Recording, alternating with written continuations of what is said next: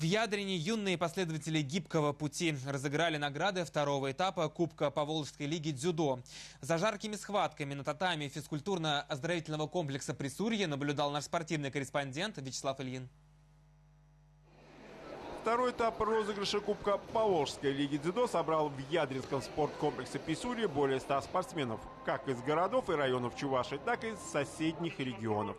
Вместе с представителями Республиканской Федерации за 23 комплекта наград 15-го турнира «Возрождение» сражались представители республик Марий-Эл, Татарстана, Кировской и Нижегородской областей.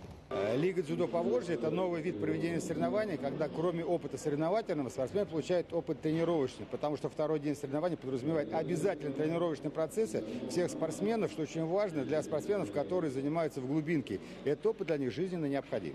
Для воспитанников профильного отделения Ядринской спортшколы победа на домашнем турнире была особо значима. В этом году район отмечает 90-летие со дня основания, так что спортивный подарок был бы весьма кстати.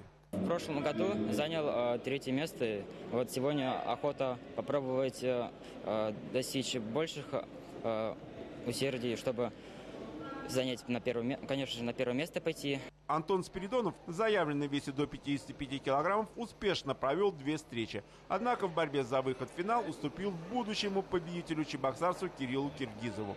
В итоге бронза.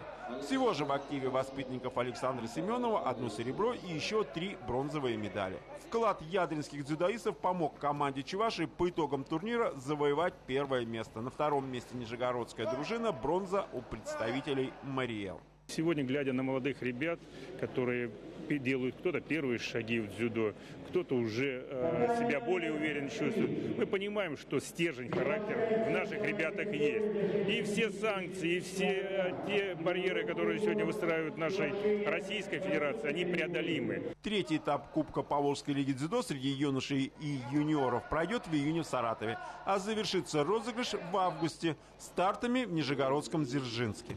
Вячеслав Ильин, Вести Чуваша.